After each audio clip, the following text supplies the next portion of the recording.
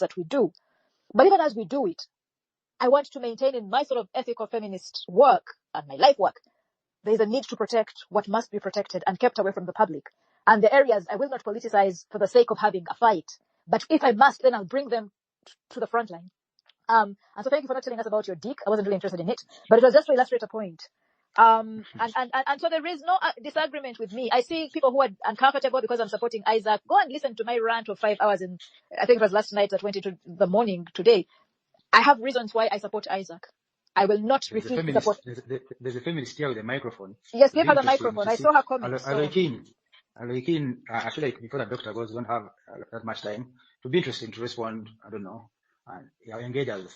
Because you see from the comments, so you and your yeah, I have an opposite side, but also my phone is almost dying, like the battery. So I needed to speak, so it's out there. So for me, thank you, Pastor Trevor, for the space. Yeah. One point I thought we were enemies, but yeah, here we are. And so for me, this is it. Yeah. One issue that I have, I'll start by answering that question directly. Is Stella wrong? Yes, I think that Stella is wrong. I respect Stella. Stella, I don't hate you. You know that. Okay, maybe you don't know that, but I don't hate you. I actually look up to you in so many ways. But on this issue, do I feel you're wrong? Yes, I feel you're wrong.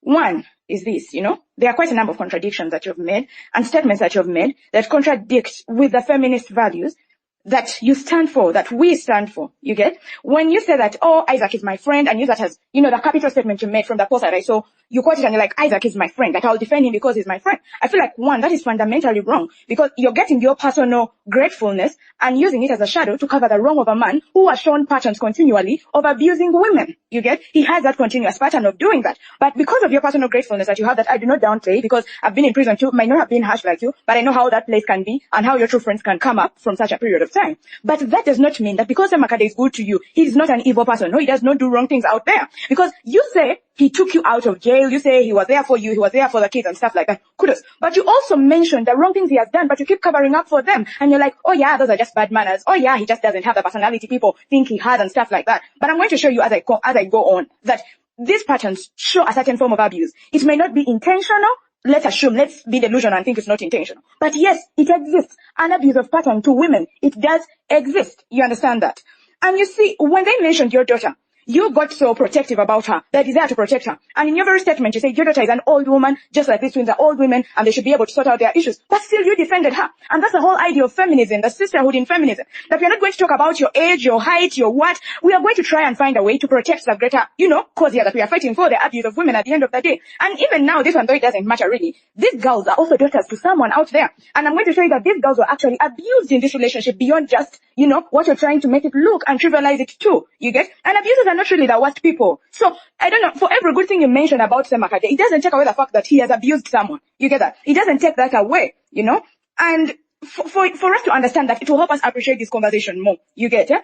And when you make statements like, oh, she wanted a child, yes, you can go into a relationship with different ones. How one could have been a child, how one could have been money, but that's not what really matters. Not like I like the twins anyway, but what matters is there a place of exploitation? Did that place exist? Those are the questions we should answer today. And this exploitation, does it have to be just physical? No. It can be emotional, because abuse is different. It can be exploitation, that someone did a service expecting a certain repay out of it and they didn't get it. And someone diverted this into, because there's a certain, you realize maybe someone likes you or they're emotionally connected to you. You exploit that to keep them doing stuff that you're paying other people for doing. Mention Trevor here, who, for example, has a contract for the work that he was doing. This lady said continuously they kept sending contracts to Semakadde that he wasn't signing, but they kept performing duties at the end of the day that could be remunerated. As a feminist, if we are talking about the desire to have, for example, domestic labor of wives remunerated, then why are we saying that this is a private issue and it cannot be discussed by people? Why are we saying no, these are two adults that decided to see each other's private parts and let them deal with their shit and not bring it to the main corridor? Why do we have conversations on things like marital rape at the end of the day if they are private issues? Why do we illegalize domestic violence and abuse and do not only limit it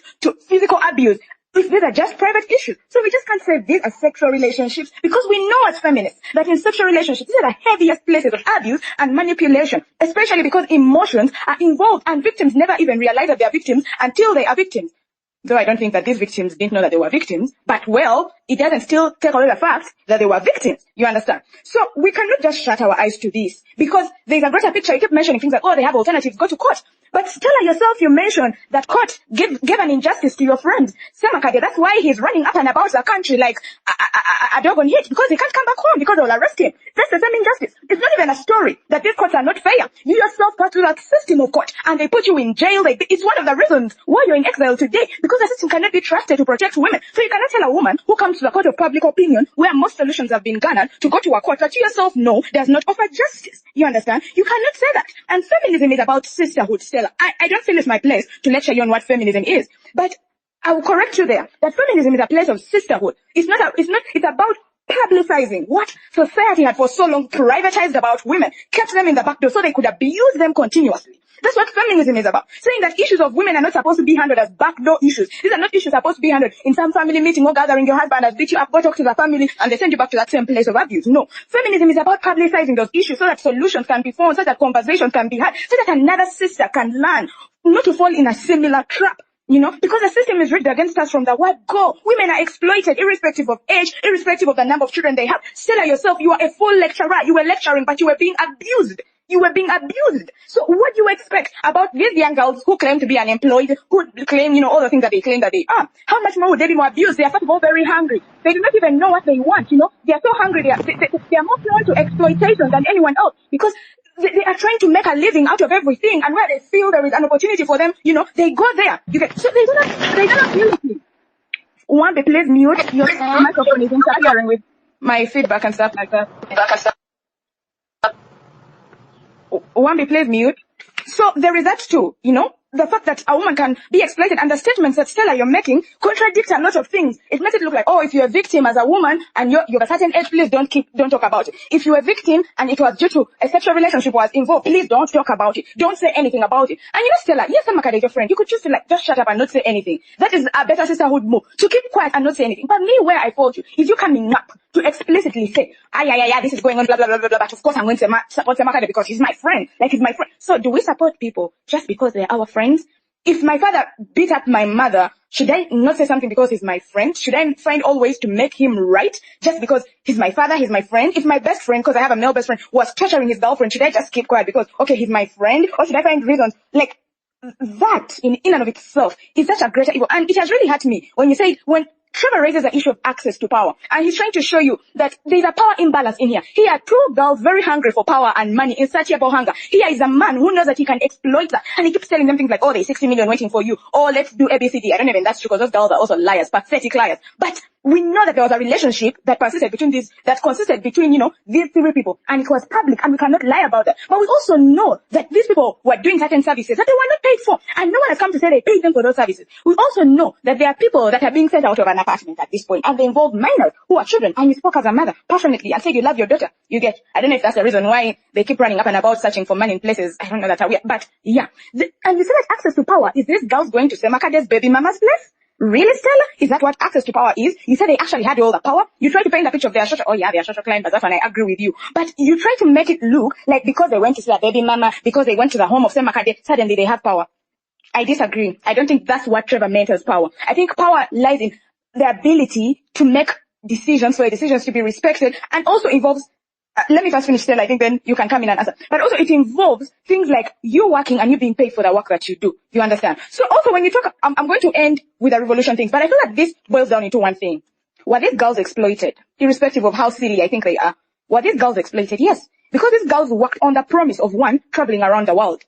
I don't think they've left the country. They left the country. But yeah, they worked on the promise of traveling around the world. They worked on the promise of being paid 5 million Ugandan shillings. Offered contracts to this man twice to have them, paid a specific sum of money that they were not paid, And now when this man introduces a sexual relationship promising, this girl that he's in love with her, blah, blah, blah, blah, stuff like that.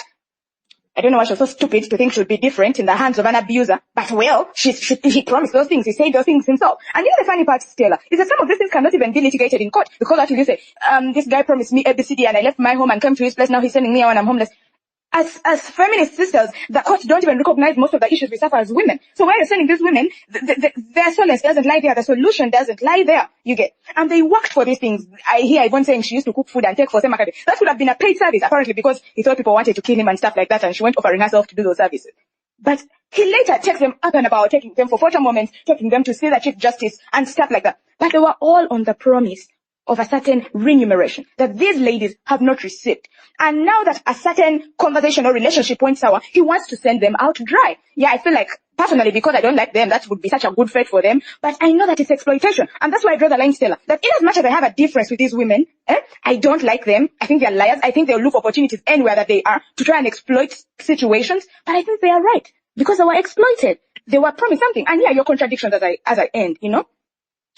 One, I'll emphasize, you say that the RNB came in as, to change the system because the system had failed, the court system, the governance system, blah, blah, blah, blah. And this is why you're sending these girls. A system that already shows that it's a system of exploitation. So really justice is not there. But it's also not wrong to bring things such as this, especially for an oppressed group of people, in the court of public opinion like we do about our issues. I'm sure when you got arrested, they were everywhere, free Stella Nyanzi, free Stella Nyanzi. Was it because they thought that, no, but because they knew that the togetherness of standing together would, cause a different, situation. So it's really okay if they feel that because I hear people already giving them money, like you've also mentioned, people are giving them money for where to go and stay. But also you mentioned that, this is a revolution, that's why we need to protect the R&B. Oh my God, don't say anything, don't destroy it, stand firm. But where is the revolution if women are not being valued in the revolution? If in this revolution it's about taking sex appeal photos and running errands, taking food for someone, being promised trips that never come, being given told to write contracts that are never actualized. Where are women in the revolution, Stella? Don't you think we are taking us back to the 1700s, where men went to war and women were told to stay in the kitchen and cook and stuff like that, and we had to start fighting for voting rights, fighting for all those rights? No, we cannot start the foot of a revolution in 2025 like we are starting a revolution before World War I, where women were not even valued in the first place. You understand? So if there's a woman being intimidated, exploited in this process of forming this revolution that, you're romanticizing, which I still don't even question, because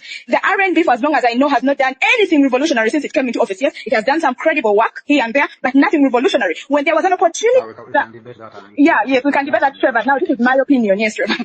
But I don't think it is that revolutionary for us to sacrifice the whole idea of, women and their rights and them not being exploited. When there came a big opportunity for the RNB to take a stand during the arrest of Kizza Besigye. Pretty good job, though. It was a lot of episodes here and there. Substantial. That's what I think Bernard would have done in his time. No difference. When Kizza Aaron was... Stop, I can interject there. Okay. Kizza Besigye case, RNB really facilitated Martha Karua getting her temporary... I said it was a fairly good job. Trevor. Okay. You want me to do that excellent?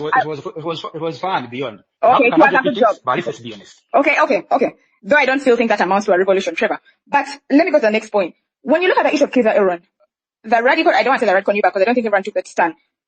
Semakadde goes and tells... But wait, I think you allow Stella to respond to the feminist issues. There are two more feminist issues before I go there. Trevor, those are two... To borrow a word of the radical new, but don't gag me. But let me go to... I won't gag you, but I think... Okay, two more points, okay. Trevor, that are feminist, and then we close this conversation. Yeah, so on the revolution, we cannot really sacrifice the women on the altar of a revolution that in my case is non-existent. But also you say that, when you look at your activism, your form of activism, now this one, I think I need to hold hands of people, you see. Your form of activism, and what you do, really, it has always been about speaking truth to power with all the strength, with all the lack of fear, you get? So I entered the space at a point where you were calling someone to the limelight for saying things like, okay, you go have your daughter, let her be dragged and used and stuff like that, because it was Semakadde was telling these other ladies, and like, how dare you do that? But maybe, just maybe, that is another woman who feels oppressed, who feels that another abuser is being, protected by someone and could potentially abuse more people along the way. The same way you stand up and write those letters that you write about Museveni, his family, his kids, his pennies, his whatever, blah, blah, blah, and stuff like that. So before we castigate that person, maybe, just maybe, they feel oppressed in their own right. You understand? But also another contradiction is on privacy and feminism. And I feel like I already expounded on that. That feminism and privacy of women issues or bedroom issues or of romantic issues are not really entirely compatible. Because it's in those spaces where women are abused the most. You get? That's where women are abused the most. So I'll come back to Isaac Semakadde as a person. There are patterns of abusing women. And you may say, he abuses men too, he does this. But I mean, it's beyond that. You get? He has a lot of baby mama drama going on. He has quite a number of, sexual harassment allegations going on here and there. I've seen him physically do this at law school where a lady stood up when he came to campaign, asked him a question about sexual harassment. I was like, come and stand next to me. If you don't come and stand next to me, I won't answer your question. He went on and about. I've been one of the subjects of his muse when it comes to talking about, issues of how I've been paid, of how blah, blah, blah, blah, to protest, to do something like that. So it is a pattern. He's an abusive person. And may not just be to men or to women specifically, but he's an abusive person and that can't be taken away. And we cannot just say that's a personality. We cannot call it slayer and go on and about it. We cannot call it, and it's not even about decorum because I'm not really the kind of decorum decorum, old-fashioned person who says dress like this or do like this. No, but it doesn't mean that each time you have dreads on your head or trying to break a system, you must abuse people along the way and people must shut up and let you go about it. So, is Stella wrong? Yes, Stella is wrong because she's contradicting feminist beliefs with her personal gratefulness towards a man who is abusing other women, who has abused other women, and is trying to trivialize an issue of exploitation as just a sexual issue that should be left to be solved by two people. And the two people he's mentioning, both of them are really silly, though one is sillier, and most likely won't get justice because the sillier person is a girl here. So yeah, that is what I have to say really. Thank you. Let's respond. Right, so Trevor, I put up my hand because when the points become too many, then I can't respond to all of them. So if Alokin wanted me to respond to everything, unfortunately, I began writing when my memory couldn't remember everything she said. But then I accept the feedback, and I think for me, in true feminist spirit, I like a debate, a good debate, and sometimes in the opposition spaces where I operate, I miss a good debate. So thank you for bringing on the fire. Having said that, I want to say, you say I'm full of contradictions, but your contradictions, they're even too many to comprehend and tackle. On one hand, you're defending the twins. On the other hand, you're dissing them. On one hand, you want to come across as their defender, but you're simultaneously also insulting them, insulting their intelligence, insulting their record and reputation, insulting their power to negotiate. You sort of talk about the revolution, and I'm glad that at least somebody on the radical knew. By in one hand, you say they haven't done any revolutionary work. Where is the revolution? And then on the other hand, you say, oh yes, they did some work with Kizza yesterday. It was fairly good work. Oh, they did some work with, Aaron Kizza. So I think for me, in terms of contradictions, I want to shoot back the very same fire at you. You're full of contradictory shit, Alokin. And I see through your shit, but it's all welcome. It's all very good because I think part of the thing that I do the greatest is create chaos. And this chaos of contradictions is very productive and generative because eventually, as a person says, you're contradicting yourself, you actually find contradictions in their own logic. So is Stella wrong? You say yes, and you say you look up to me. Please don't look up to me. Part of the reason why many feminists are disappointed in Uganda is because you elevate particular women to pedestals they haven't invited you to put them upon. When Sylvia Tamale comes to my protest scene and I'm undressing and she tells me to dress up, I was so disappointed because I came back from London to Uganda to work for Sylvia Tamale as her research assistant on the book project called Sexuality is a Reader. And I really, she was one of the few feminists whose work inspired me. She's an academic, she's an activist, she works in very many areas that I work. And I admired her until that moment. And I thought, oh fuck. The most radical feminist woman that I look up to in Uganda has failed me in my moment where I thought she would actually be doing work. And then afterwards, of course, it takes her 8 months to realize I was doing feminist work, and she has her inaugural lecture at Makerere University based on my nude protest, and she's talking about how nudity is a historically used form of resistance against all forms of oppression in colonial times, but also post-colonial era in Uganda, in Africa.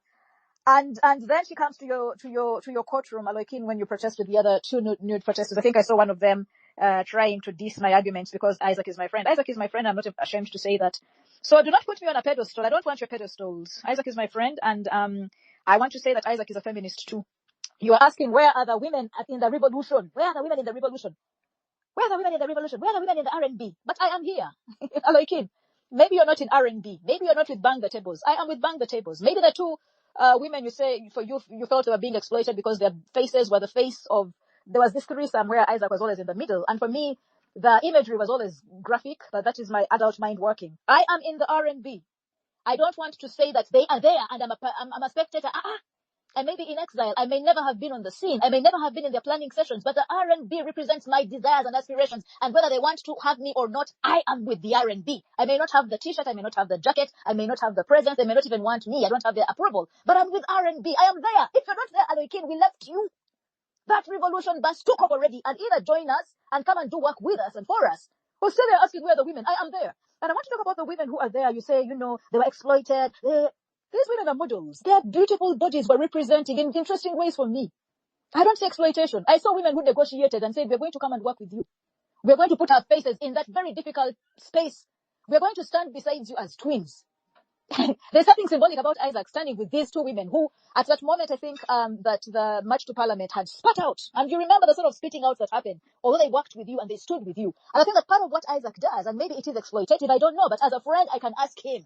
That is why I want to say Isaac Semakadde is my friend, and my friendship gives me permission and license to enter his private space as a friend and say, hey, Isaac, I remember asking him, Isaac, are you having sex with these women? And I've repeatedly asked him, Isaac, are you having sex with these women? Right? So you said they were exploited, and I can come back to that. But who says that when women decide as adults to enter into trades and professions and agreements, commercial agreements, where they're advertising their bodies and they have agreed and consented, they're not coerced, that is exploitation? Like, what sort of feminism is that? Are you the sort of feminist who says sex workers should be given sewing machines and be taught away from that sexual capital and how to use it? Are you going to legislate and say every sex worker or every model who uses suggestive bodily postures must be taken away and redeemed because it is satanic and they're being exploited? What about adult women who want to posture and make money from those sorts of postures? What about models? What about musicians who use their skimpily dressed bodies to make money? What about this and what about that and what about cyber sex people? And I don't know who else is using their body in suggestive ways to make money. What about women who use their sexual capital willingly? We decide as adult women, I'm going to use my body, not for the revolution that way, but to make some money. Are you going to tell us to start selling tomatoes because in your mind, your moralizing, judgmental mind, we're being exploited by those who come to engage in our services? Is that your thinking? We can come back to the contractual questions. We can come back to those. But I do not see Cynthia and Yvonne as men in revolution that the RNB is creating. There are all those women who are working and wearing T-shirts, who are lawyers, who participate in those weekly meetings that we attend online. Are those men? Have they told you that they are transgender and they may be, in biological female bodies, that they are men? But there are also so many women who supported Isaac Semakadde in the wings. I don't know, Trevor perhaps knows them better. Are you going to totally erase, invisibilize, ignore, reject, silence us, as we've been silenced throughout history? Is that the work of the sort of feminist thinkers that you represent, Aloikin? So that's the first question I wanted to address in terms of how you're misreading Yvonne, or reading them differently from how I read them, Yvonne and Cynthia's role, especially when they were happy. I think if the money had come, if the payment had come, right, perhaps we would still see them posturing and standing in places with Isaac. But like I said, for me, I wasn't there when this deal was being struck. I wasn't there. And so sisterhood for me demands that I come into the space to ask important, critical questions, not to breastfeed Babirye and Nakato because I'm a Nalongo and they're twins. These women are 37 years old, right? In terms of defending Isaac because he's my friend, I think you don't get the language. You should go and listen to my space if you have a minute, if you have access to free Wi-Fi. I make the defense, and I make that defense because there's a group of feminist lawyers. Some are in Germany, some are in Uganda, some I can't really trace because I've been trying to trace their geographies, who have been on the timeline betting me because they say I enable misogynists and abusers. They're talking about Semakadde, they talked about Kakwenza, they have a list of men they consider to be bad boys, and they say because they are my friends. And they're telling me to come and apologize for enabling these abusers because they're my friends. And I have said to them, while Cynthia and Trevor and Enoch and several other people with contracts with Semakadde, they can resign. You can sign resignation letters. You can retire. If it's an appointment that you're going to be with Isaac. Isaac is my friend and I choose to be his friend, even when it's a very difficult friendship. And so nobody is going to tell me to apologize because Isaac came to my house. So the context of friend I want to explain to you, because you said you entered this conversation a little later, is because the feminists, when they saw that Isaac was in my house, they began accusing me of enabling him and protecting him without knowing the nature of our engagement. And when I say to them, Isaac came to my house to pick my revised will, they went on to even say I'm lying, as if I can lie. And so I stood in the space for about 5 hours last night saying, Isaac is my friend. I cannot resign from him because feminists feel feminists are too cowardly to engage with these bad boys. I play with these bad boys as my playmates. And I explain why beyond our friendship, he's a tool and a weapon that has worked for me. You're calling it gratitude. Actually, it was mutual work. We worked together. He was on the courtroom front. I was in prison and I was doing the innovative work that prisoners do. That was political work. I did the political wing. I did the performative resistance wing. He did the legislating, legal battles and dealing with judicial officers, etc., etc., right? That it's not just out of gratitude. It's a friendship that has a long history of decades, Isaac and I. And so when I say he's my friend, I don't use it to cover up for him or defend any weaknesses. I have said to people, this is my third point, that all these allegations you're making, Aloy Kid, I have been in different spaces saying that sexual harassment, all these are allegations. Give me some evidence I can work with. Give me evidence. I'll be the first person to get a lawyer to sue Isaac Semakadde. Give me some evidence of wrongdoing. He's an abuser. You said he has a lot of baby mama drama. How is that your business? What baby mama drama? I have spoken to Isaac's baby mamas. Which one have you spoken to? And they've told you they have a problem. There's a feminist in the space after, and it was in the name of defending her feminist friend who is a baby mama to Isaac. I spoke to that very same woman. I've spoken to her. There's no baby drama. So for me, is your problem that Isaac fertilizes the ova of different women? It's not my problem. That's not my problem. If those women concede and they accept and they negotiate and they conceive his babies, how does that become dramatic? How is it drama? Has he asked you for school fees? You know, as far as I know, Makula, Isaac, Liam, and the new baby are all well catered for, right? They're all well catered for. None of them is lacking in any way. So what baby mama drama does he have? The baby mama drama was introduced when Yvonne thought she could have a baby with Isaac. And somehow, because of time passing too quickly and whatever, Isaac fled before she conceived. I don't know if she's pregnant. Perhaps she's pregnant. Maybe she was hoping to conceive. I don't know. But what baby mama drama? Tell me what it is. Instead of just throwing about generalized accusations about Isaac, what is the baby drama so we can deal with it as feminists? Don't come with hot air. You're farting in the space. I cannot hold your fat, Aloikin. Give me some hardcore evidence that there's baby mama drama. You talk about sexual harassment accusations. You give them to me. I have said, guys, let us work with some evidence. Give me a name. Give me a situation. Give me something. The names I have got, I went and sat with Isaac. I say to him, this woman, this and this happened. And he said to me, this is her number. Call her. And I called the woman. You know? What is the issue? You say he's abusive. He told a young lady to come and stand next to him when she raised, I don't know, accusations of what. Now, how is that abusive? Does Isaac insult people every day? Does Isaac shout? I remember talking about this. Does he shout all the time? Is he combative? Yes. Were we looking for an angel? I was not among those who were under the delusion that Isaac is an angel. I wasn't among those. You know, he says, you say he accused you that you were paid to protest. You know, I have proof from some people who got money during the march to parliament. I have proof of people who are fighting about money. I have questions about the claims around payment to protest. Maybe you are not paid to protest. I know about Nana Nalongo, who says she was blamed for asking for money when she didn't ask for money. So for me, what I want to know is when I ask, for example, Agora about these claims that Nalongo Nana was making, up to today, I don't have a satisfactory answer, right? So give me some evidence. Because you're saying Isaac has abused people, you give me the evidence. If it is insult, I agree he insults people. What are we going to do about it? Walk away from him because he insults people? I insult people too. I'm a Nalongo and I take the prerogative of culture to insult people. Do they cower away from me all the time? No. Has Isaac insulted me? Perhaps. Do I go away and tuck my little feminist tail between my legs and cry and sour grape and menstruate all over the timeline, menstruate into the revolution because Isaac has insulted me? I can handle insults. I'll insult him back. Right? That is why, for example, for me, I have insulted the head of state and his wife and gone to jail for it. And I'm not ashamed to say that if there is evidence that you have of wrongdoing of Isaac, together with Cynthia and Yvonne, bring it, because the time that Isaac was in my house, we have open line communications. Right now, Isaac has been called an abusive man, a potential murderer, going to murder Yvonne, possibly murder her children too. But where is the evidence? If she feels harmed, take her to a shelter house. There are shelters. There are shelters all over Kampala. But she's still in his house. She's asked for more time in his house. And so for me, the contradictions we present as feminists. We say he's harmful, he's injurious, he's dangerous. On the other hand, we're asking her to ask him for more time in his house. He has extended the time. He has fathered these children. How is he a danger to this woman and her children? Is he their stepfather? I asked. And so asking me for sisterhood. I come with a sisterhood that is tough love. I don't come with those baby soft gloves. I'm not doing soft love. I don't do soft love with the men in my life. If there are issues around Isaac and Yvonne, what are the issues? I went through their sexual story. I said it's private. You have problems with me saying it's private. So what are the issues?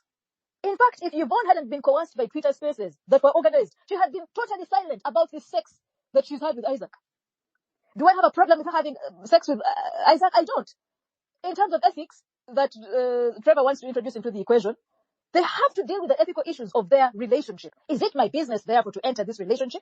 And when you say that Isaac gave her a job with promises and he didn't pay, but I see she's in his house. If he gave her sexual services or she gave him sexual services, what was the nature of transaction? Before you say he exploited her, what if she exploited him with her sexual capital? I don't know the issues, and I've been asking in all the spaces. Before you blame me for having Isaac Semakadde as a friend because you want in your imagination to glorify him as a bad boy who is abusing all the women in his life, give me something to work with. How has Isaac Semakadde sexually violated, sexually exploited, sexually manipulated Yvonne or Cynthia? I don't have anything to work with apart from words flying up and about. When did Isaac make dick moves into particular women or men that are inappropriate so we can address them? I don't have any evidence apart from people saying Isaac slept with this person and Isaac is not ashamed of being a polygamous man. He's not. He's not. If anybody had illusions about sleeping with him and thinking you're the only woman in his life, shame upon you and welcome to the real world. Many of these revolutionary African men actually are very polyamorous. They will love you and leave you and go to the next person and still love you if you want. You know? He's there to have sex with whoever wants to have sex with him. Is it inappropriate? I don't know. Is it ethical? I don't know. Is it moral? I don't know. It is not my sexual relationship. That is why I insist it is private until you give me evidence of wrongdoing or crime or grievance or harm. So when Babirye comes to the space, She's complaining about employment arrangements. And I say to her, go to R&B if it's an R&B issue. Go to ULS if it's a ULS issue. Go to wherever it is that these contracts were agreed upon. Nakato walked away. Nakato wants nothing to do with Isaac, nothing more to do with Isaac. She walked away, you know. So in terms of payment and promises for money, I've asked Isaac about this 5 million shillings, and he said, "Twali tulota." We had a vision, we had a plan, but nothing was written. So I think for me, instead of saying Isaac is bad, let us take responsibility as feminists and say, how could we have done this better? Be wise. I was able to sue and take Mamdani to Makerere tribunals and take Mamdani to court. We had court cases and I won. Every time I went to court against Makerere University is because I had a contract that was protected by the Human Resource Policy at Makerere University and also protected by the Employment Act. And I won because I had a contract. And from my experience, which people are downgrading and say I rely upon a colonial law and I rely upon colonial courts which don't work for us, I have experience of winning if I have a contract. But how do I begin to even engage with the injustices related to labor and exchange of labor, employment? Was it employment? I don't know that Yvonne had. If I don't have anything to go with, what was the agreement? She says he proposed 5 million. It didn't come. 60 million. It didn't come. He says, show me where I promised it. And then he said, Stella, we were planning, we were envisioning. It never took off. It never happened, So in terms of sisterhood, I agree that we must be sisters. But I'm not going to be the sister you come and sit upon and you menstruate on and are supposed to clean your messes for you. I'm going to be the sister who will tell you, Jawechejo, Olimba, Jawechejo, Olimba. And then issues to do with my daughter. I want to talk about issues to do with my daughter. There's someone's daughter. My daughter, I hope, will never get to the place which Babirye got to. If it's a contradiction that I'm very protective over my daughter, and I'm not protective over Nakato and Babirye, who are also my daughters because they are twins, then I admit, but I don't want to fall into protecting Babirye out of choices she's made. I hope that I have instilled in Baraka values good enough for her to know when spaces are dangerous for her and to flee immediately. You say that we cannot sacrifice women on the altar of a revolution. I like that very much. But I think that women should not allow the revolution to be sacrificed because of these feminist petty issues. Like feminism is part of the revolution. To separate the revolution and feminism, because feminist squabbles are happening every time with misogynists who are leaders. We have to run away and we have to give up on what the revolution is because the feminists can't handle the fire. I think that we must grow our feminist muscle to the level where it can be able to engage with the revolutionary mandate. And part of the revolutionary mandate is to teach these men how to deal with us in our wholeness, in our messiness, in our contradictions, with our chaotic nature, etc. So you said that what services were not paid for. You talked about so many things. I wrote so much which I can't see now. I have to turn on the light. Feminism is a place of sisterhood. We should publicize what women suffer in the private. I'm one of the people who actually agree totally that it's important for us to talk about our stories. I have not at any one point condemned either Yvonne or Cynthia for speaking boldly about their issues, tweeting about them. I have no problem. Speak as much as you want. There are other feminists who've told them to get off the space. There are other feminists who've told them to stop tweeting. There are other feminists who've told them to shut down some spaces which they made. I'm not of that school. I think that from experience, I've publicized some of my very private issues, whether they were mine, that were my domestic issues, or the issues of friends. And from that, we got solutions. Or we got a perpetrator of violence or some harm brought to book. So I believe in this publicizing what has to be publicized. However, like I said, when two adults consent to have sex, at what point does that relationship become my business? To know. I don't want to know those feminists who are telling me that, this issue of baby mama drama. How is it my fault? A woman decides to conceive. How is it my fault?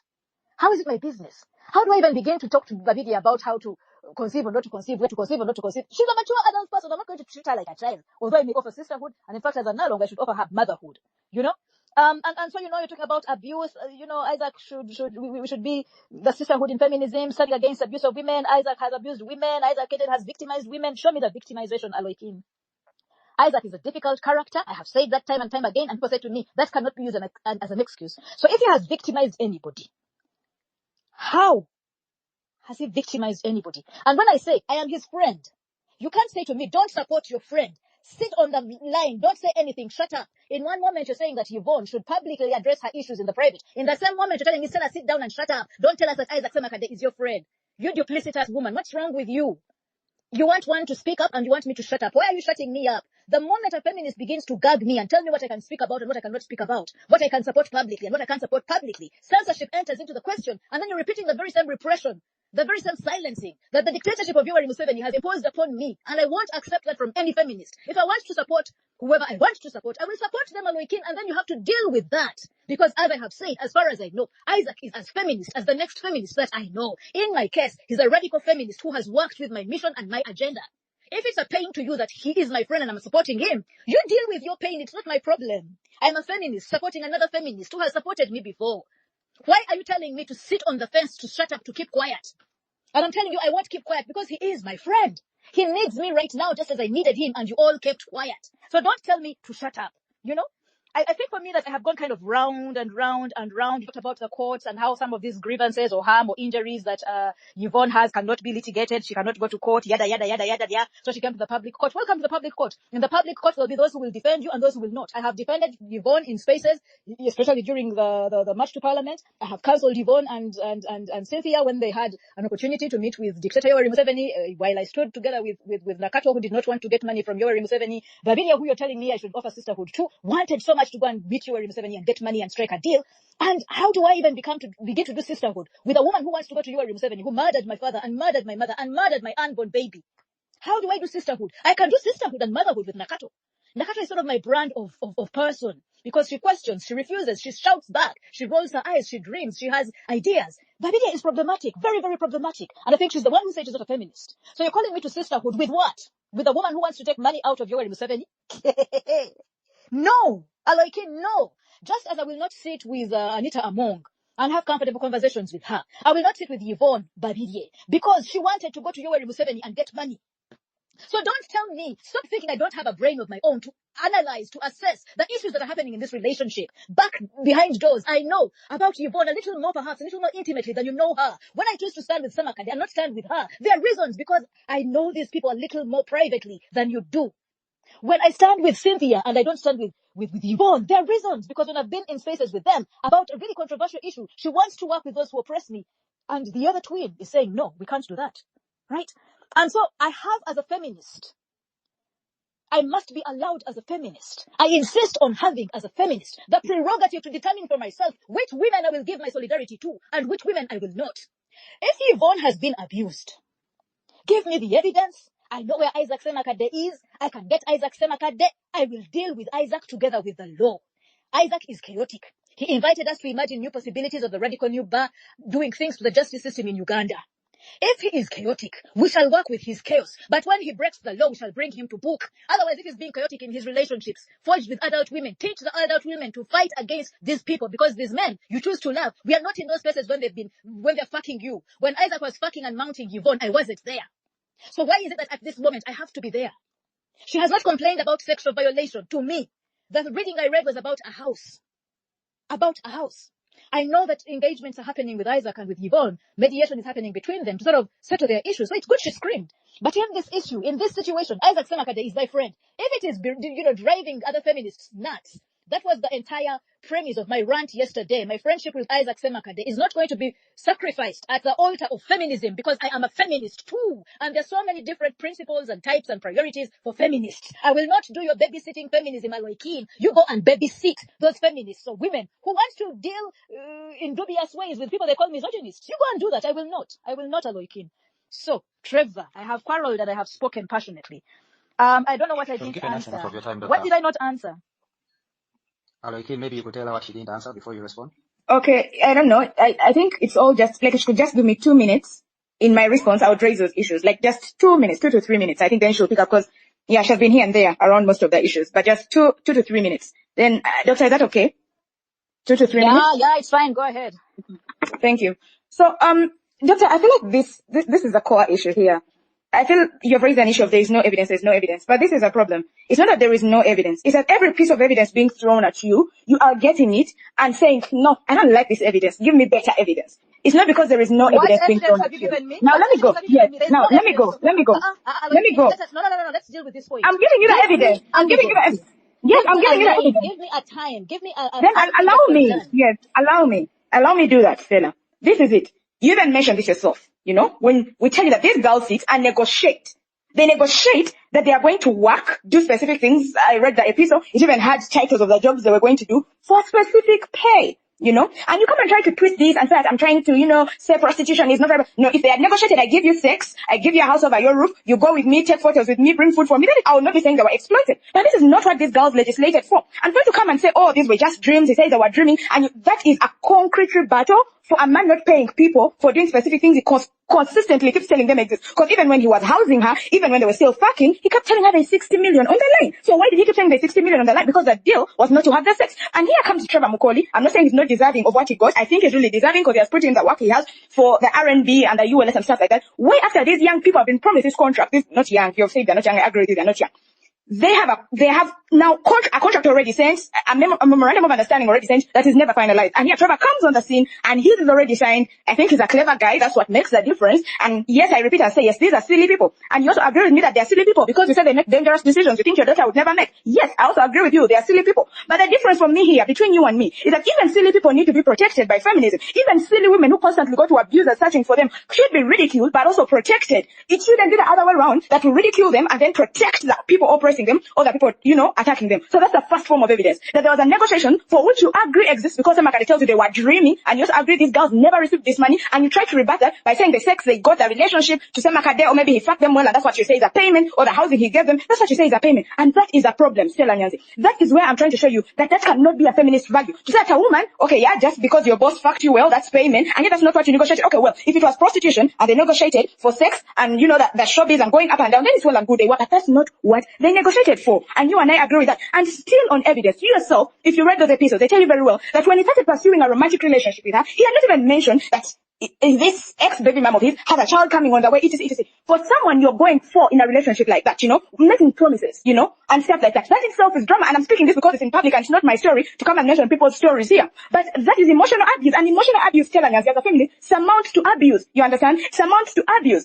And when you keep asking, oh my God, give me evidence, do this, I want to take you back to a scenario, Stella Nyanzi, still on the contradictions you've made tonight. When you came here on X, making noise about Kakweza, you know, speaking about his evils and stuff like that, you brought these issues to our court, you know, and on the belief that we should believe you, that Kakweza was fucking a woman, they were making noise. Kakweza is a deadbeat father. Do we know if he's a deadbeat father? No. Do we know if he has not sent money? No. But we rode on that, you understand? And I'm not trying to say we are still saying, okay, we don't think evidence is an important place here. But what I'm trying to tell you here is that, one, the kind of metric you're trying to use or standard you're using to adduce evidence, you get, is not a feminist standard. And I don't think it will hurt you if you say in this case that you put down your feminist values to stand with a friend. That would be more right, you understand? But because there has been a hard choice between Stella the feminist and Stella the friend to Semakadde, someone who believes in the R&B, you know? And that's what we call choice feminism. That you've chosen for this while, you're going to step back and lower your standards. And because I can prove to Stella Nyanzi in no work that your standards on other people have been standards of feminism, you understand? When issues were raised concerning Kakweza, you did come with evidence. Did you give us evidence that he was fucking these women up and down and he was not providing for them? No, you didn't give us evidence. You came with nicely written poems and everything and stuff like that, and still you expected us to write on that standard of evidence. But suddenly, you're raising the standard of evidence for the twins. And even when they try to raise more evidence than you did in Kakweza's story, you're still getting that, finding it and sweeping it under the carpet at the end of the day. Just a rebuttal. Yes? Just a rebuttal. Stella risked her residency and her relationships with Ben to share that whole issue with the house this woman was staying in. To provide some evidence. I mean, Trevor, Okay. Trevor, you come in early. I want to say to you, Aloykin, that when you're ignorant, please don't posture as if you know, okay? No, this is not about posturing, Stella. No, this is not about posturing. I would really appreciate if you let me finish. I would really appreciate if you let me finish because Trevor came in. He just said whatever he said as a rebuttal, and I have a rebuttal for that too. To give you information because Trevor came in to give you information. Okay, give me the information in 20 seconds. Give me the information in 20 seconds. Give me the information in 20 seconds.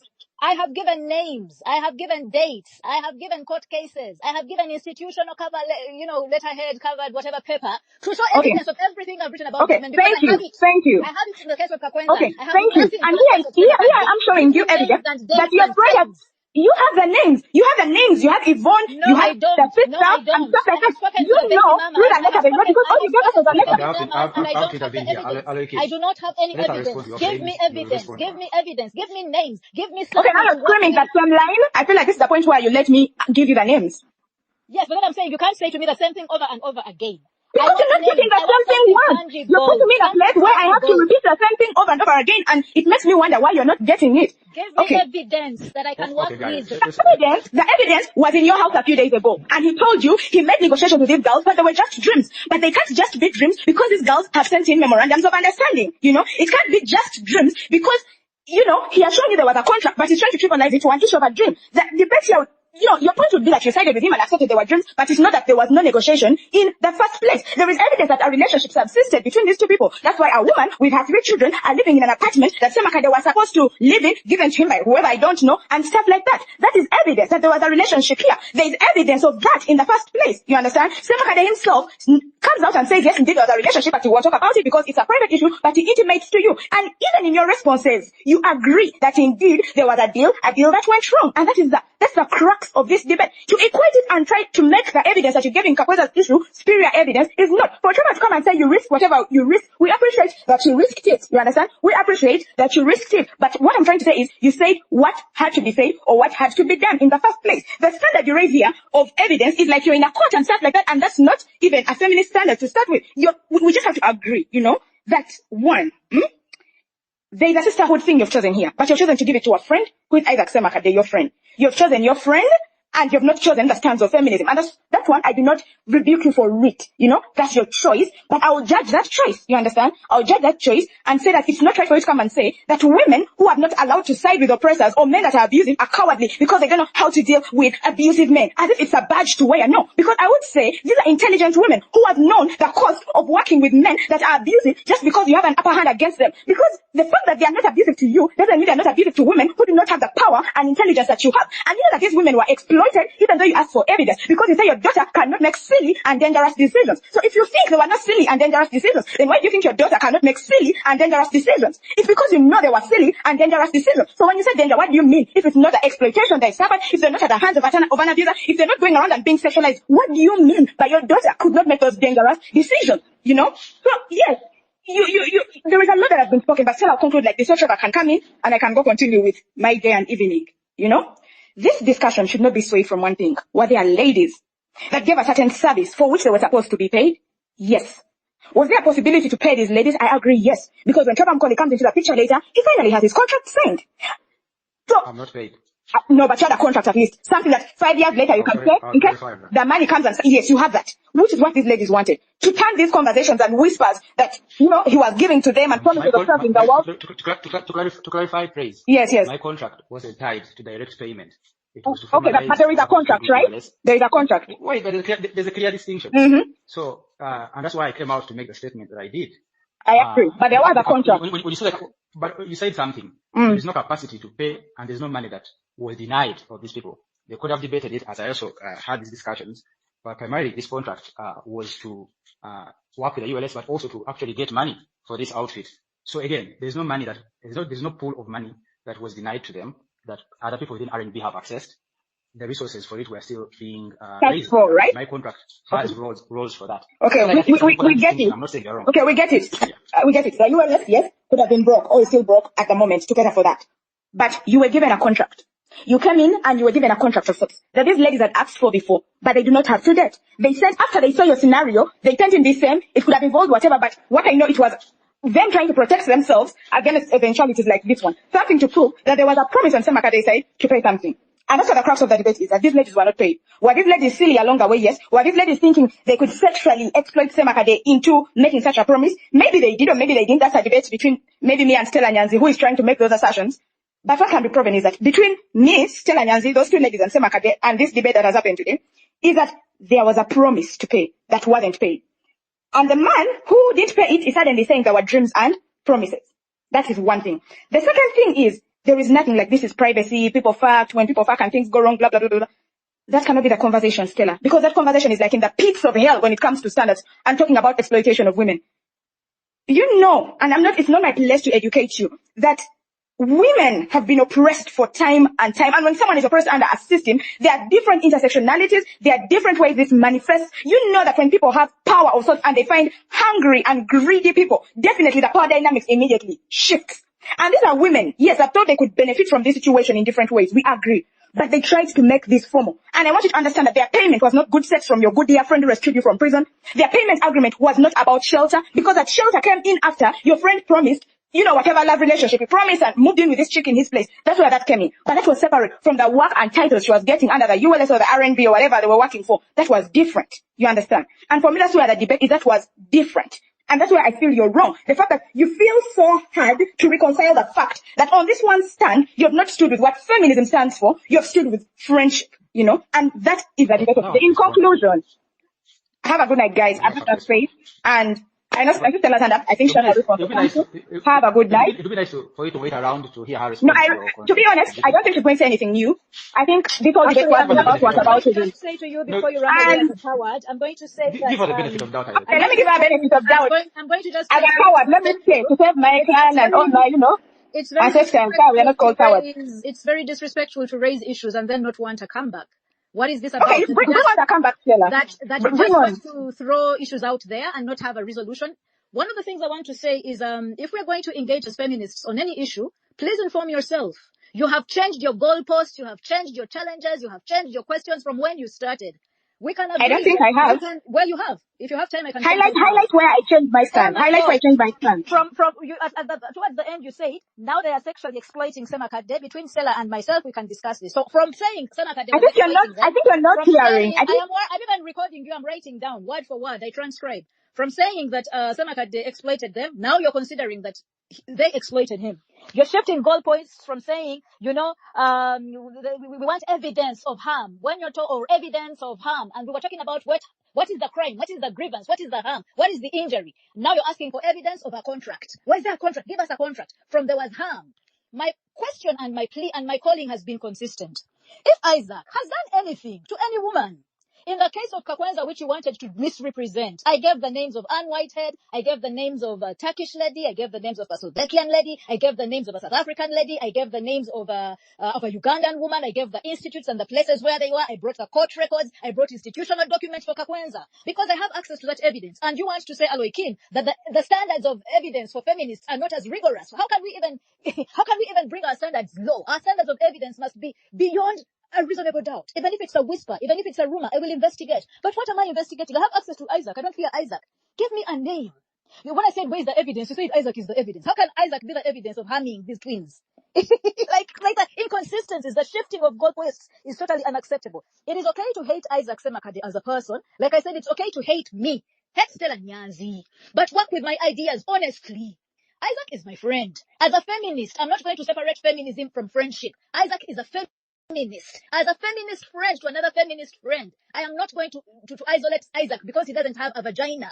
So women with pussies want me to stand with their pussies. But just as we called out Abodo's vagina, I want to call out those vaginas who are standing with women who are making allegations and assassinating Isaac. What if these women are the abusers? I was asked about did they negotiate for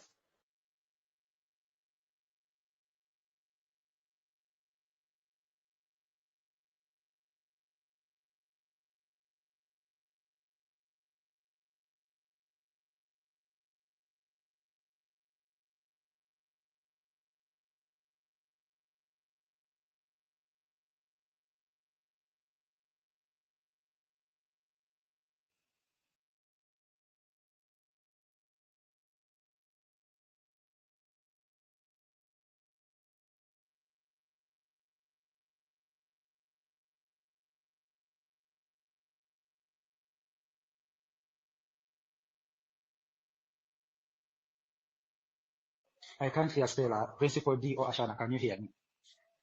No, I can't hear her. Okay, I can hear you. Stella, if you can hear me, we can't hear you. She has dropped off as a speaker. But yeah, Principal D has been waiting since 7 No, p.m. let me just. Ashana, the man has been here since 7 p.m. I feel like he should get a chance to get out the burning potato that has been in his mouth, and we can get back to you. We shall remember where Stella left off and want to respond. Okay. Principal D. Thank you so much for this. It has been interesting, only that it reached a point and it turned out to be something else, something not interesting. First of all, I want to say this, Trevor. Personally, I was among the people who supported Isaac Semakadde for his presidency, and I still do. So. And when we were during the time of campaign, we said everyone knows Semakadde's character. We agree. Everyone knows Semakadde in person. Semakadde is controversial. We all know that. But this is a time for revolution. I had the praise saying there's actually no revolution. Speaking with that visible hate. Of course, it is obvious. Majority of these feminists don't like Semakadde. We saw it on several occasions. So they speak from a point of hate for the person of Semakadde. Whether you hate Semakadde or not, I was telling someone yesterday that I'm actually surprised that you don't notice that a revolution is in the Uganda Law Society. And it is not wise for you not to be able to notice such, because you're aging, you're going to give birth to children. And these are things your children will study. Your children will study about Semakadde giving an order to remove the Attorney General from the council. Your children are going to study. There are things that happen and you're educated, but you can't notice at this state. And yet there are real points that are going to be part of history. So to me, I will tell you, Trevor, there's revolution that is happening at Uganda Law Society, and massively. So I agree with that. So my point was, there's this group that are speaking from a point of hate of Semakadde, and yet we told them this is not for the love of Semakadde. Everyone who voted for Semakadde, it was a protest vote. I don't want people to forget. It was a protest vote. These were lawyers and other non-lawyers, the society, who were not happy with what is happening with the judiciary system. And it needed a madman. Trevor, you'll agree with me. Isaac Semakadde is a madman.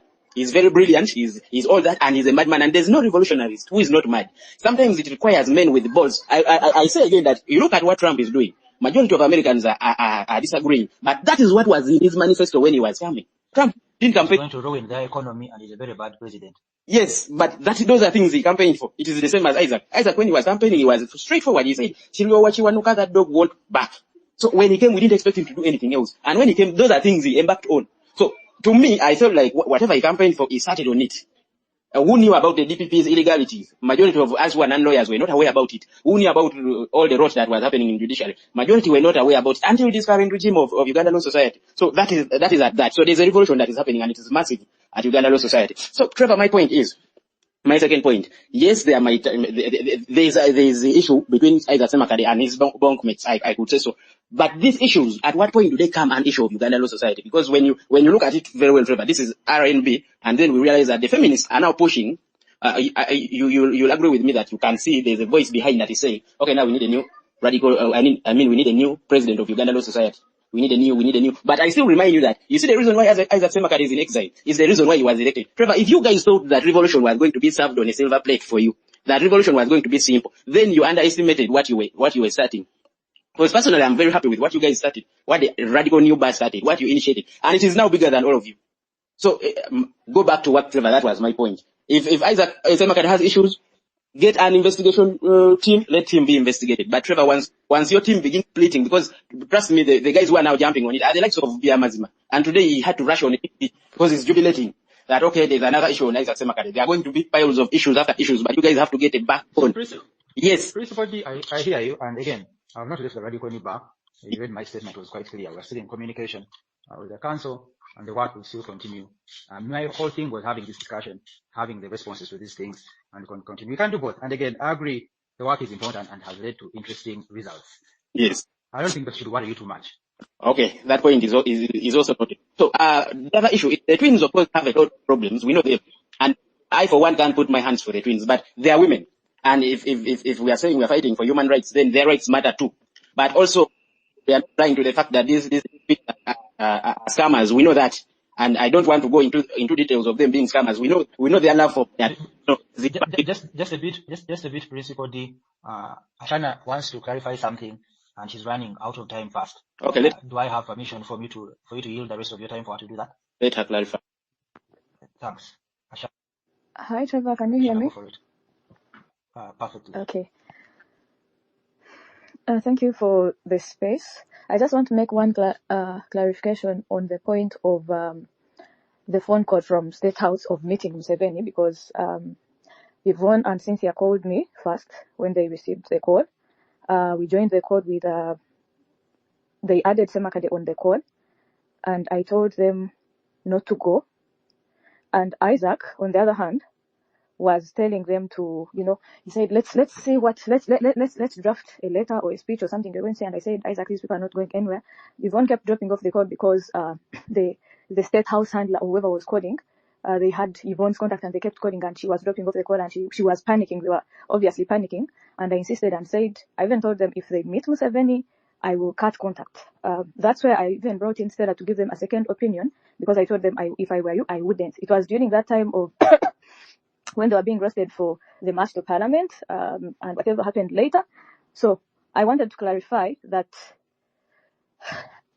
I wanted to say something about that call because I'm the one who involved Stella. I risked my security and her security to just say, because you never know if the calls were bagged or something, but they panicked when they received the call, and it wasn't just one call, but it's one who was being called, and Semakadde was saying, let's see what they're going to say, and I said, there is nothing they're going to say, so we cannot, I said they shouldn't go, and I asked them if they wanted to go. They said no, they didn't want to go, so there's no one who was running to Museveni to ask for money. I think that is something that needs to be clarified on.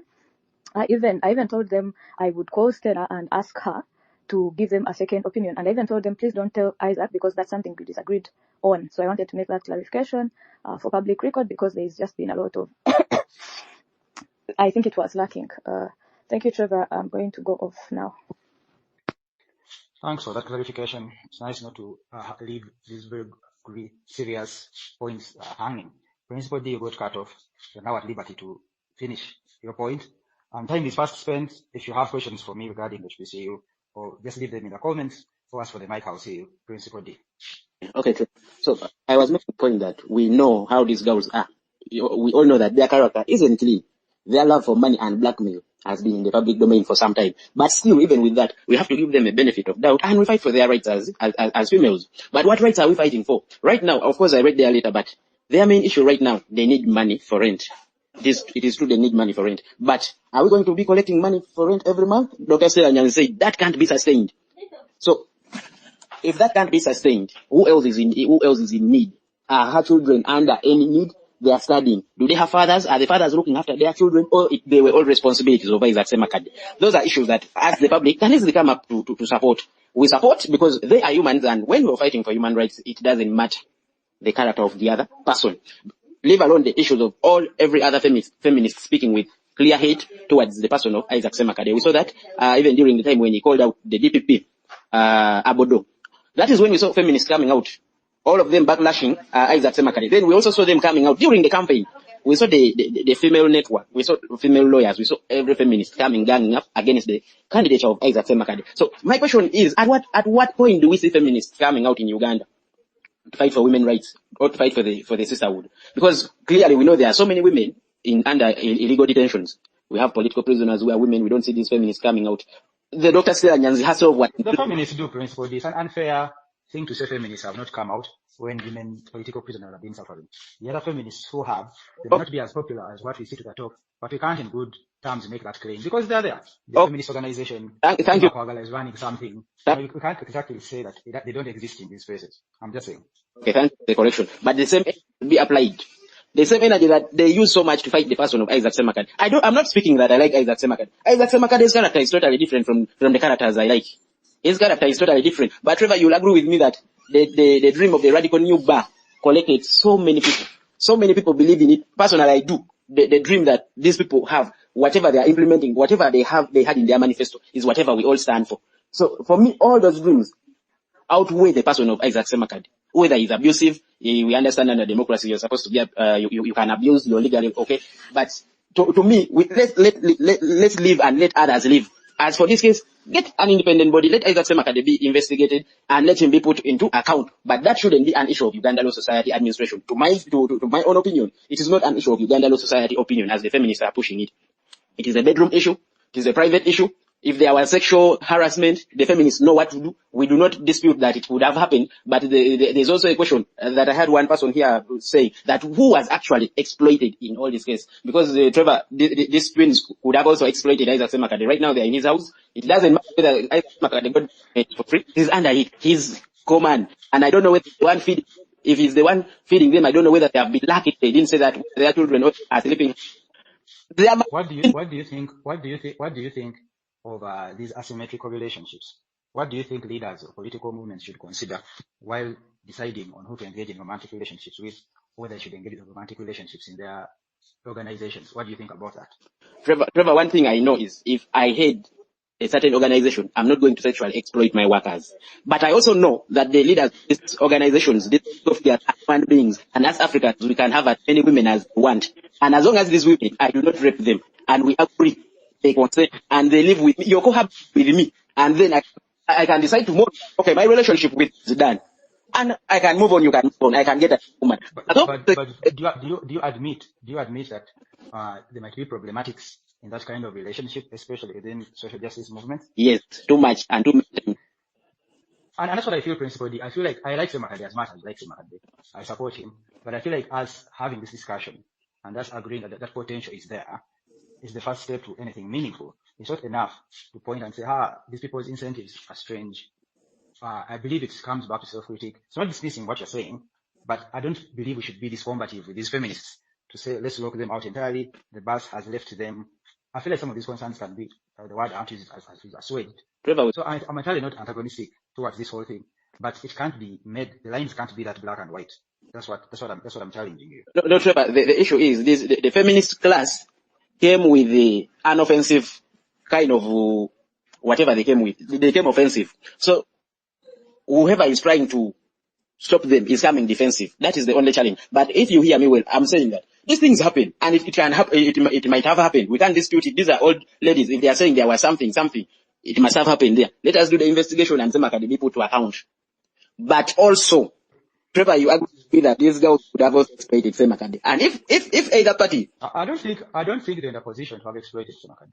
They might have had arrangements that I'm not privy to, but they don't have that kind of power over the leader of the bar. And no matter what discussions we are having now, we cannot use those terms. Exploit how? they are not in position to exploit Semakadde, are you sure? Because exploitation, they could have been giving him sexual with the... Let's be serious, you guys. We need to be serious, you guys. So you cannot once have a leader who is so determined to cause a revolution, but at the same time a victim of exploitation from people he was leading. But that's how I see it. And I'm not saying again that this is a smoking gun, but I'm saying in our discussion of it, it does not make sense. And again, they might have had their promises that these girls say were made to them, and all these things not being fulfilled. But let's not turn this around to nitpick and find. So I don't think you're going to find this exploitation there. And even if it's so hypothetical, we have to seek for it.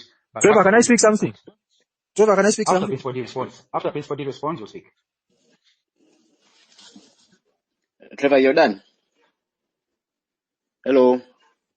Yes. I'm done. Respond to that, then, gentleman. Okay, Trevor, I hear you what you're saying. I think let me stick to saying let investigations be done and Semakadde be put to account. But still, let us not push this issue to be an issue of Uganda law society, because it is not. That is my stand. Thanks for your time on the space. Suffering man. Yes, Trevor, good evening. Thanks for the space. I just want to respond to something which you raised, that these ladies are unable to exploit the president. But when you see one of these ladies going to Semakadde's home and with 3 of her children, we consider that exploitation. And then there was an element of her going to visit the other woman's home in her absentia, meeting her children. That is exploitation. Probably she reached a point, she touched the vulnerable button of the president, and she was starting to access him more than it is expected. So really, you cannot say that they had no power. Their power was soft power. They may not have had money or power of the masculine power, but they had the soft power to get Semakadde at his vulnerable points. And then also, what we can hold Semakadde accountable for, the wrong he did, maybe the ladies didn't receive payment. That's a serious issue. Probably they should negotiate with them and allow them to get some kind of reward or payment. But there are no other serious issues really to...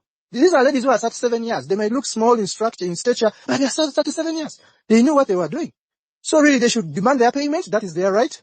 But about the intimacy issues, they are really private. They went sour and they went into the public. I think they escalated the issues more at a faster rate than necessary. But the issues just, maybe they should get some kind of payment. Maybe that's my submission.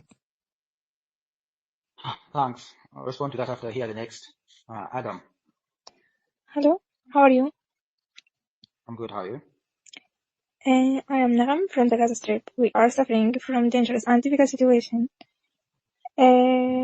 Please, whoever can help me, don't daily. I hope you will not be short with us. We are in a very critical situation. Stand with Gaza. How can we help? If someone on this space wants to reach out, how can they do it? How can they help? Via I have a company donating to me, and whoever can help me don't daily connected with me directly. Guys, I'll follow you and I'll add your profile in the comments. This space will also be recorded. And yes, we're sending you strength. We know it's really bad out there. The Gaza Strip. We're praying for you guys. How can I say something? Just 1 minute. To her? No, not to her. I this was let her wind up and then we'll go. Hey, can you hear us? Is that it? Do you have something else you want to communicate? My situation is very difficult. Aid not coming from Gaza for 2 months now. Have not received any food or drink, and we are in a real famine. So sorry. I'll add your profile in the comments. People who can reach out to you directly. I'm going to add the link to your profile in the comments. I'm asking people to reach out to you directly. I'll reach out after the space and we'll try to see if we can raise awareness and get people to support. Okay, thank you. No worries. Please, sending you strength. Do you have help me? I'm going to reach out after the space. If you have any links for fundraising, I'll also share those. Again, not everyone here has the microphone to say whether they will help, but I think that people will be interested. And I'm going to make your profile easy to find for everyone who has listened to this, and they'll reach out. Okay. Thank you. We're standing with you. No worries.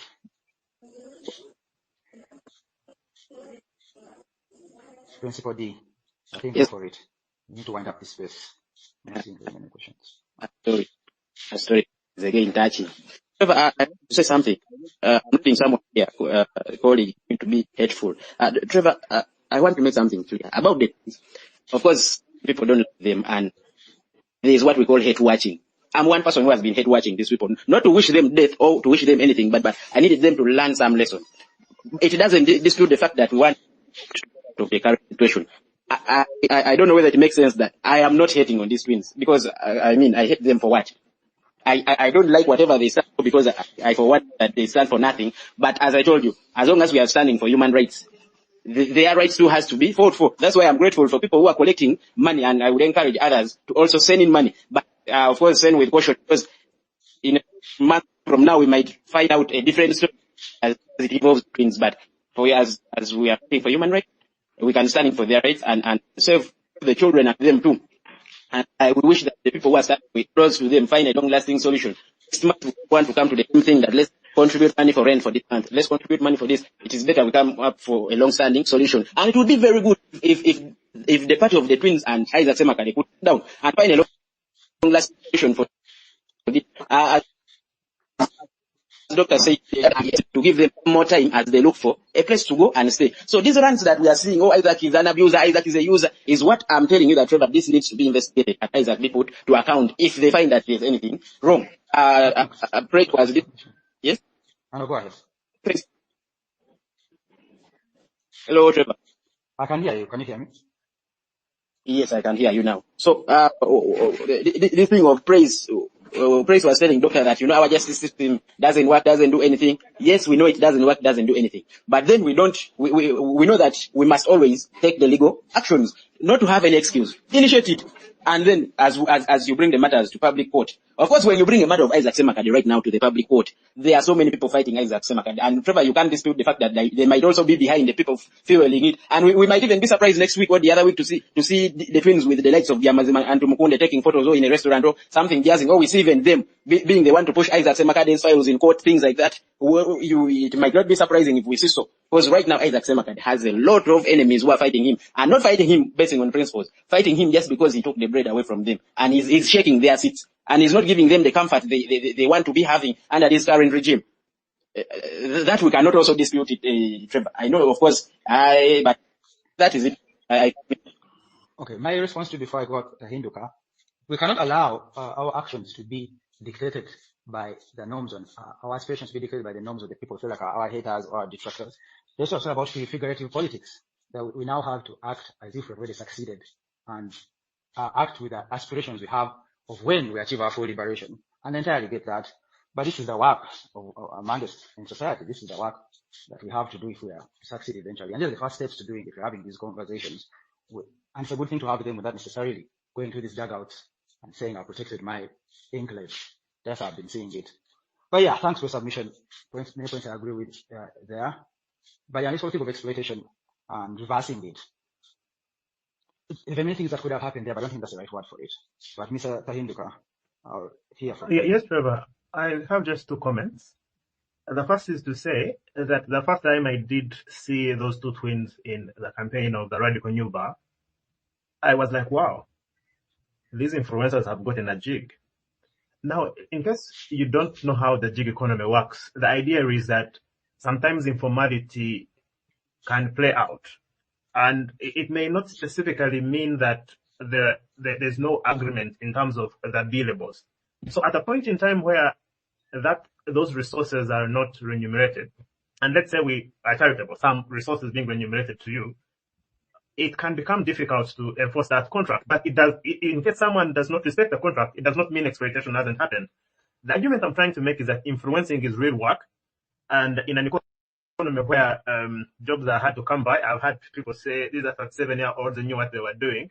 I think it's very dangerous territory to say that what someone considers work, if they're exploited at it, then we should wish it away. I think it's work for you to be an influencer.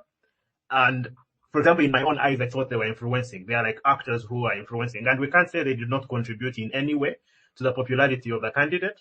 And if we are to purely see it as a business transaction, if say there was a monetary reward that came out of Isaac being president, then in effect they contributed to that happening. And political campaigns, for example, if Joseph Chameleon goes and campaigns for Museveni, they will be paid because they have promoted that specific candidate. So purely on a principled level, I think we cannot ask for any other evidence if they say they were not being paid.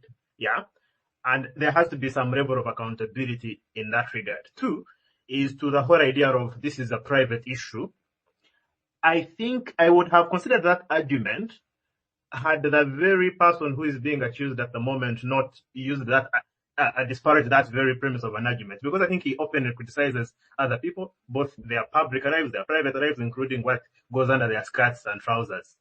So I don't think privacy is a shield he wants to run to if he has not been giving that to other people. But even if he were, if you have watched a debate which he had with Honorable Muhammad Nsereko on NTV, which is very popular, the idea is that this is public discourse. Well, the moment you are a politician, then you have traded away that specific right of privacy, and that's a prerogative all of us have been having. So I wanted to say that the argument of this is a private matter can be accepted if it was something that he was upholding. But where he was not upholding it in his life, he cannot try to now use it as a specific shield, especially where people are inferring that there is a certain level of abuse. Those are the 2 comments I wanted to make. Maybe lastly, Trevor, and this will be in 30 seconds, I think there needs to be a level of charity between the speakers.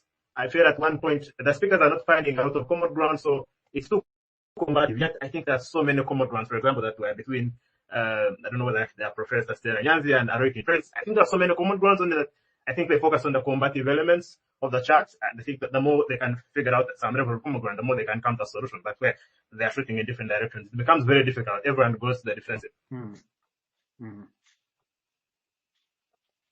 Mr. Tahinduka, I agree entirely. And again, that's why I'm having this conversation. That's over 3 hours. I don't know how many hours you're into the space. But I just has come, clarified her whole position. Double down on it, or you can intervene. But yeah, the whole idea of this antagonism is not really necessary, because without these things in trivial or non-existent. And I feel to some degree we have achieved that. I don't know whether other people will agree. But yeah, I want to take questions, 1 or 2 more. See a message from Yvonne Babirye saying she wants to come onto the space. Sometimes invite. But yes, I agree, Tahinduka, that we cannot afford this simplistic binary. Also, we can't afford to get caught up in the fight for the camp that we love the most and create all these hypotheticals. We are here.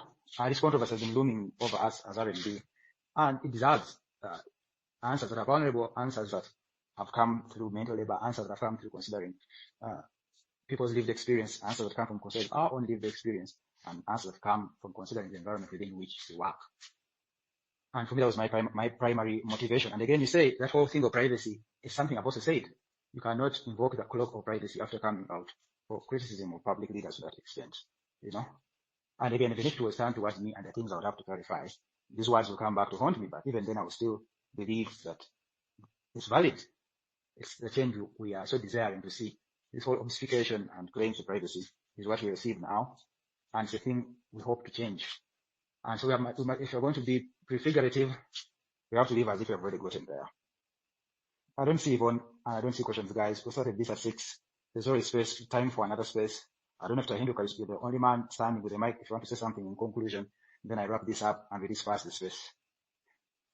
Maybe just a quick one. Just to thank you. It's good for us to have these conversations, especially that these are transgenerational. I see Stella much older than us, probably 2 or 3 times, coming to engage younger people like Alokin.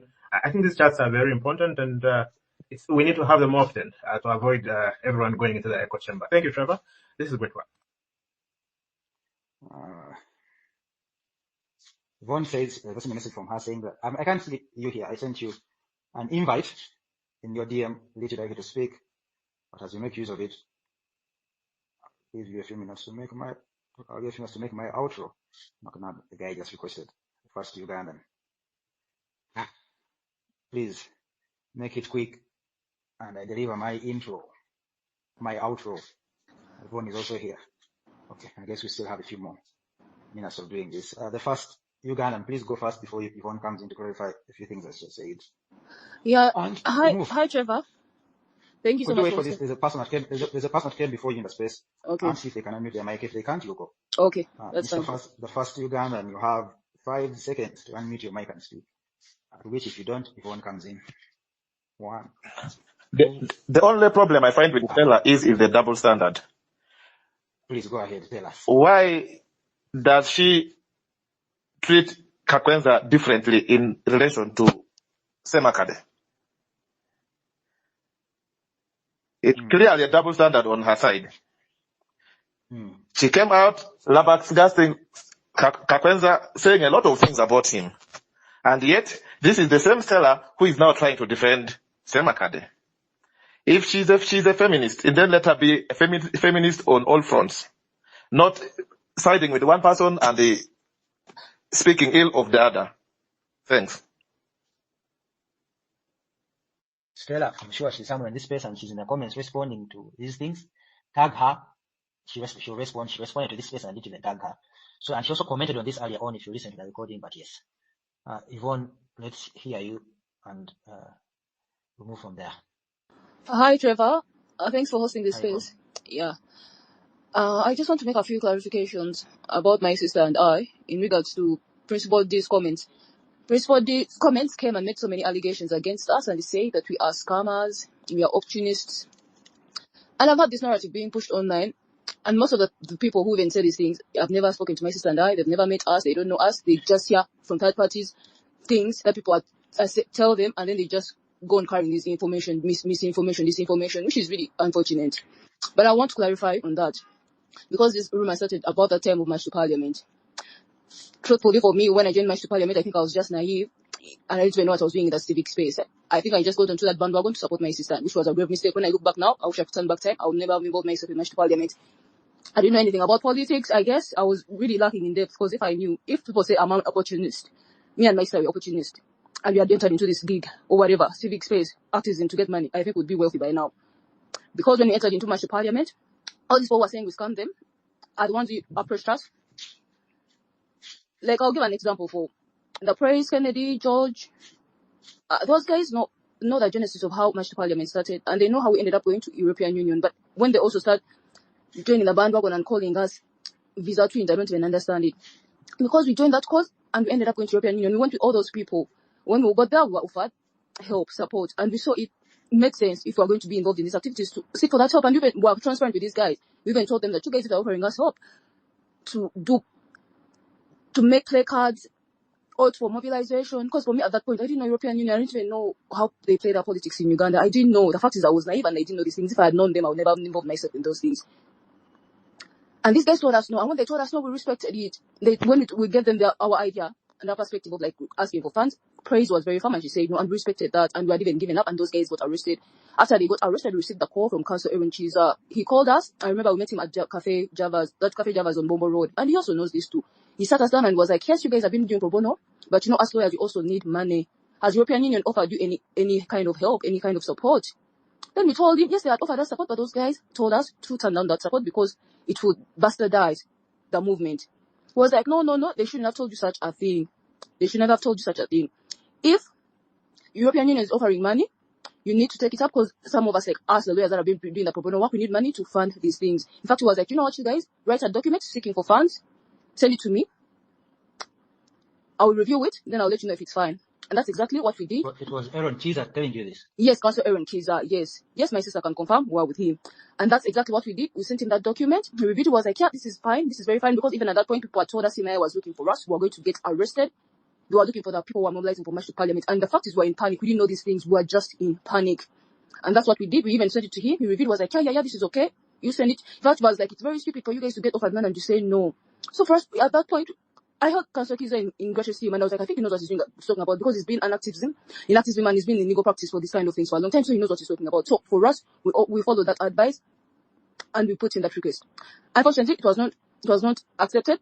Then we don't even know because he's the only person between my sister and I and Councillor Aaron Chiza is the only other person who knew that we had requested for those funds. In fact, even before the day ended, already Agatha knew. So there was some kind like we were set up for this whole thing. And even in the document, we never asked for cars, as they said that for us we asked for cars, that we asked for visas. Yes, we had initially asked for relocation, that's the truth, because they told us if we feel like we are in danger, we can be relocated. The fact is we are new to this stage and we are really just scared.